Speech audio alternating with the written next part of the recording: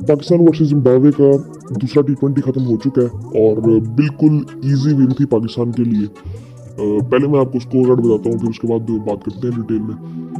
Zimbabwe ने toss जीता और पहले बैटिंग की और ओपनिंग इनकी अच्छी स्टार्ट हुई थी। इन्होंने 4 ओवरों में 37 कर लिया था और वहां से लग रहा था कि यार अच्छा अगर लेके चले तो ये अच्छा स्कोर सेट कर सकेंगे। अब यहाँ पे देखिए 37 पे कोई आउट नहीं था जिम्बाब्वे का 4 ओवरों में, और उसके बाद फिर एक कोलैप्स, ऐसा कोलैप्स होता है कि 57 पे ऑल आउट हो जाती है जिम्बाब्वे। अब वो होता कैसे है कि अब्बास अफरीदी एक आउट करते हैं, फिर उसके बाद हारिस एक आउट करता है, फिर उसके बाद आगा एक आउट करता है और 9वें ओवर में फिर सुफियान मुकीम आता है। सुफियान मुकीम फिर लाइन लगा देता है और 57 पे ऑल आउट हो जाते हैं। फिर उसके बाद अगर देखें तो अबरार ने एक आउट किया 3 ओवरों में 21 रन देके, जहां दाद खान ने एक ओवर किया 11 रन दिए। ये मुझे कोई इतना सेटर लगा नहीं यहाँ पे। इवन हारिस भी कोई इतना मुझे सेटर लगा नहीं, उसने एक आउट किया 2 ओवरों में 13 रन दिए।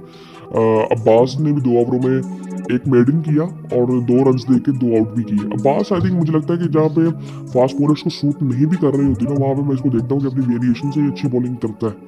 सो जो कि हारिस में भी नजर नहीं आ रही हमें वो चीज़, जहाँ दाद खान में भी वो सेटल होता नजर नहीं आ रहा। सलमान ने 2 ओवरों में 7 रन दे के एक आउट किया और उसके बाद सुफियान जो एक हाईलाइट थी कि उसने तकरीबन तीसरा ओवर वो कर रहा था और उसने 5 आउट किए 3 रन दे के। 5 आउट किए उस बंदे ने, तकरीबन तीसरा ओवर वो कर रहा था। अगर उसकी देखे तो उसने 16 बॉलों में 5 आउट किए 3 रन दिए। सो ये काफ़ी इंटरेस्टिंग हो सकता है। और उसके बाद फिर पाकिस्तान जब बैटिंग करने आया, सो उमैर, यूसुफ और साइम ने ओपन किया और इजीली वो आई थिंक आराम से वो चेज हो गया था, कोई इतनी मुश्किल उनको हुई नहीं। और छठे ओवर में आई थिंक ये मैच, हाँ छठे ओवर में मैच खत्म हो गया था, पावर प्ले अभी था और साइम ने 36 किया 18 बॉलों पे, 6 चौके 1 छक्का लगाया और उमैर ने छक्का लगाया 2 चौके लगाए, 22 किया उसने 15 बॉलों पे। सो वो बड़ा इजीली आई थिंक वो चेज कर लिया था पाकिस्तान ने। अब यहाँ पे ना एक चीज़ जो सबसे ज़्यादा देखने वाली है वो ये है कि एक अच्छी चीज़ ये है कि कॉन्फिडेंस मिला होगा सबको।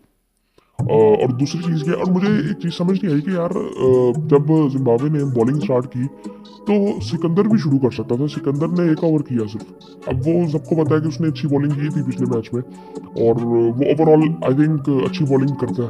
सो वो आई थिंक वो पहले ओवर कर सकता था। वो भी आई थिंक अभी ये चीज़ें सीख रहे हैं ये जिम्बाब्वे, लेकिन उन्होंने भी पर्सनली आई थिंक बहुत गलतियाँ की हैं यहाँ पे। यहाँ पे फील्डिंग उन्होंने कोई इतनी खास की नहीं। अब मुझे भला क्या लगता है कि फील्डिंग की जो एक वजह मैं बताऊँ ना, पाकिस्तान की तरफ से भी कोई इतनी खास थी नहीं। वो मुझे ग्राउंड एक वजह भी लगता है कि मतलब फॉर एग्जांपल जिम्बाब्वे ने बाहर भी क्रिकेट खेल लिया और वहाँ पे डिसेंट रहते हैं। लेकिन आई थिंक यहाँ पे एक फील्डिंग एक वजह हो सकती है, एक्सपीरियंस उस तरह से नहीं था। सो आई थिंक, और एक्सपीरियंस भी एक वजह इसलिए थी क्योंकि ये कई दफ़ा ये स्टार्ट बड़ा अच्छा करते थे और बाद में ये फिर फिनिश अच्छा नहीं करते थे। सो इसी तरह आप पाकिस्तान की तरफ से अगर देखें तो पाकिस्तान ने दोनों टी20 में एक ही टीम खिलाई है। अब आने वाले एक मैच जो रह गया उसमें तो टीम चेंज होगी, बिल्कुल ये बात है। कुछ प्लेयर्स को चांस दिया जाएगा। सो उसमें आई थिंक मैं समझता हूँ कि सुफियान ने जिस तरह की बॉलिंग कर दी है ना, अब यहाँ पे एक सवाल ये उठता है कि हम पहले ना, हम कुछ अर्सा पहले, आज से तकरीबन 1 साल पहले हम बात की कर रहे थे कि हमारे पास स्पिनर्स नहीं है और आज हमें स्पिनर्स की, हम किसी स्पिनर्स को मिस नहीं कर रहे। जो स्पिनर्स हमारे जो खेल रहे थे पहले, शताब वगैरह आप देख लें या एक दो नवाज वगैरह, अब वो नज़र भी कहीं नहीं आ रहे। हालांकि काफ़ी बातें हो रही हैं कि शायद शताब को एकदम ये टीम में ले आए और शायद कप्तान भी बना दें, ऐसा कुछ सोचा जा रहा है। लेकिन आई थिंक ये खबरें निकल के आ रही हैं, लेकिन पाकिस्तान में कुछ भी हो सकता है। लेकिन आई थिंक यहाँ पे हमें देखना चाहिए कि जो हमारे स्पिनर्स हैं, जिस तरह मुझे सुफियान मुकीम, इसने डिसेंट बॉलिंग की है। मैं ये नहीं कहूँगा कि हम इसको एक मैच से कह नहीं सकते कि बहुत एक्स्ट्राऑर्डिनरी बॉलर है, लेकिन आई थिंक अभी टीम भी उस तरह की थी, आगे जाके अभी ये देखेगा, मतलब इसको देखेंगे हम कैसा ये अच्छी टीमों के खिलाफ कैसा खेलता है ये। इवन वो जो था, क्या नाम है उसका, जो वनडे में खेला था यार, एक वनडे में भी जो खेला था चाइना मैन, वो भी बड़ा अच्छा था, फैसल अकरम। वो मुझे बड़ा अच्छा लगा था। वो मुझे काफ़ी वो कंपोज कंट्रोल लग रहा था और उसका एक्सपीरियंस मुझे शायद इससे ज़्यादा लग रहा था और वो मिच्योर भी मुझे इससे ज़्यादा लग रहा था। सुफियान से। लेकिन आई थिंक दोनों अपनी अपनी जगह पे अच्छे बॉलर हैं और आई थिंक दोनों ने अपनी अपनी जगह पे अच्छी बॉलिंग की है कि T20 में एक ये अच्छी चीज़ हुई है कि T20 में इसको चांस दे दिया और वहाँ पे उसको चांस दे दिया। मुझे लगता है कि आगे जाके इनको अभी ट्राई और ज़्यादा करना चाहिए ताकि इनको एक्सपीरियंस मिले। हमने जो पिछले कुछ सालों में किया ये था कि हमने ना 18-18 साल के बच्चे ना उनसे डेब्यू करवा के ना 21-21 साल की उम्र में ना उनको सीनियर प्लेयर बना दिया था।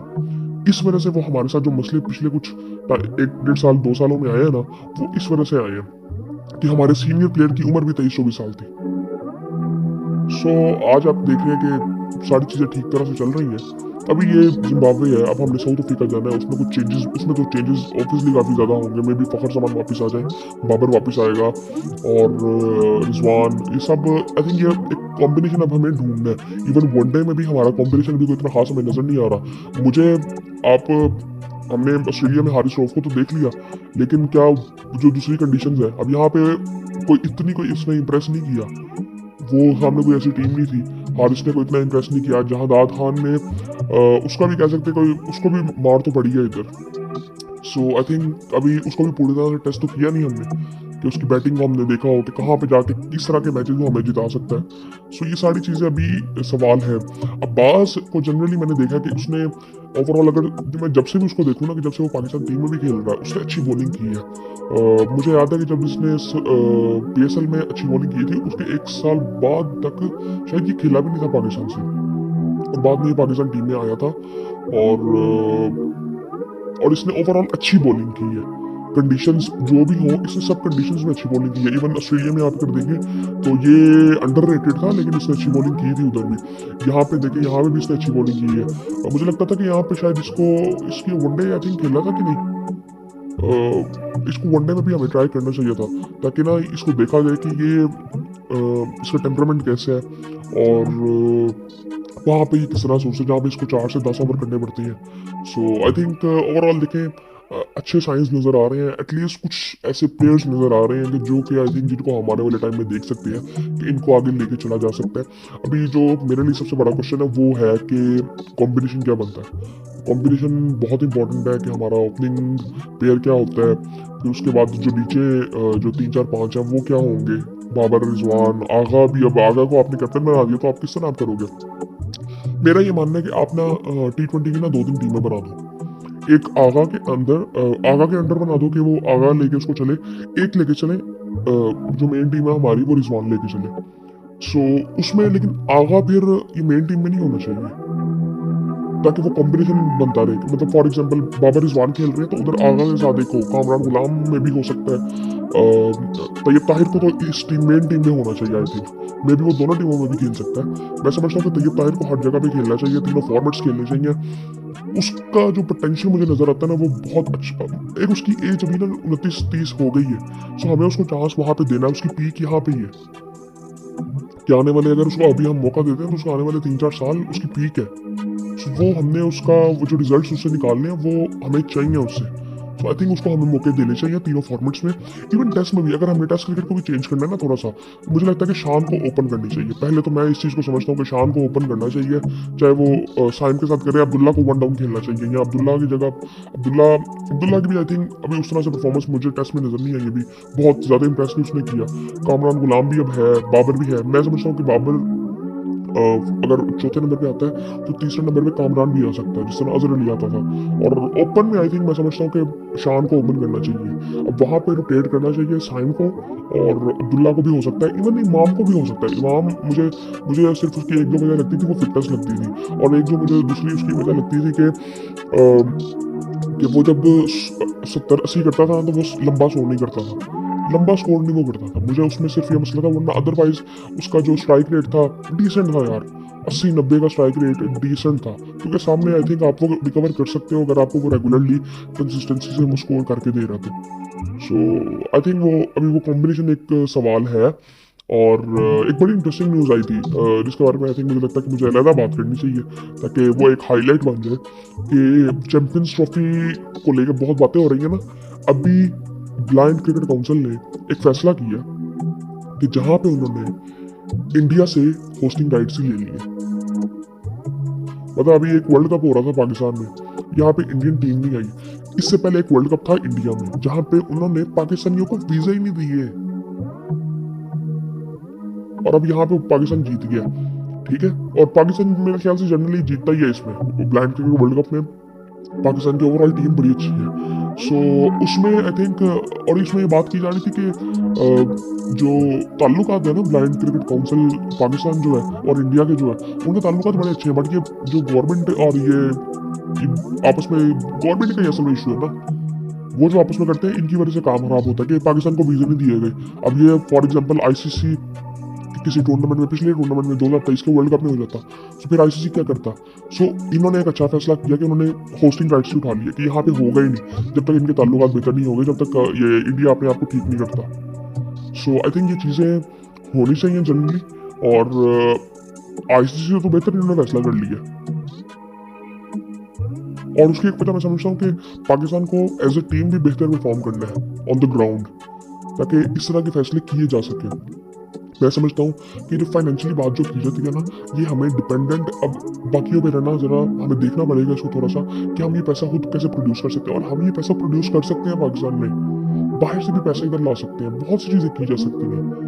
लेकिन आई थिंक ये थोड़ा सा हमें देखना पड़ेगा कि हम इसके बारे में सोचें क्या कर सकते हैं, ऐसा पाकिस्तान में क्रिकेट को बेहतर किस तरह से कर सकते हैं। अभी तो 2-3 ग्राउंड्स बेहतर हो रहे हैं, मैं समझता हूँ बहुत हमारे ग्राउंड, हमारे हर शहर में 2-2, 3-3 ग्राउंड होने चाहिए। हमारी जितनी 25 करोड़ की आवाम है, और इतना नॉर्मलाइज होना चाहिए, और इसकी कॉस्ट भी हमें कम करनी चाहिए आई थिंक, ताकि डोमेस्टिक की जो मैचेस होते हैं वो हमें कॉस्ट 0 पे आ जाए एकदम। ये सारी चीज़ें की जा सकती हैं कि अगर हम, और उसके बाद रेवेन्यू पे फोकस किया जाए। पाकिस्तान में कंपनीज हैं, पाकिस्तान में कंपनीज आने वाले टाइम में आएंगी, तो ये सारी चीज़ें की जा सकती हैं। अब मैं देखता हूँ कि उसमें इस पर कोई डिटेल में इतनी बात की जा सकती है कि नहीं, लेकिन आई थिंक ये जो मेरे ख्याल से हम जितनी बात करनी थी वो इसमें कर ली है। बट आई थिंक बहुत ज़बरदस्त वो फैसला था ब्लाइंड क्रिकेट काउंसिल का, और आईसीसी को भी ऐसे देखना चाहिए। अब कितनी देर मोहताज रहेगा बीसीसीआई का।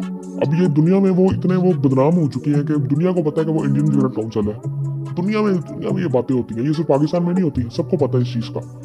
और ये चीज़ आई थिंक थोड़ी सी देखनी चाहिए। क्रेडिबिलिटी कोई नहीं है आईसीसी की, किसी को यकीन नहीं है कि आईसीसी कोई गैरत के नाम पे कुछ करेगा। और आई थिंक ये सारी चीज़ें आई थिंक, बाकी आई थिंक देखते हैं क्या होता है। एक दिन में आई थिंक फैसले आ ही जाएंगे। 4 तारीख है आज, कल 5 दिसंबर है, तो कल काफ़ी अनाउंसमेंट्स की उम्मीद लगाई जा सकती है कि काफ़ी चीज़ें हो सकती हैं। तो देखते हैं यार क्या होता है। और आई थिंक बाकी मीडिया पे तो मैं आई थिंक बात कर चुका हूँ, और वो आई थिंक बिल्कुल इससे ज़्यादा बात करने की मुझे ज़रूरत नहीं है। अपनी मेंटल हेल्थ खराब करने वाली बात है कि क्या चीज़ें चल रही हैं। बाकी फिर आपसे बात होती है।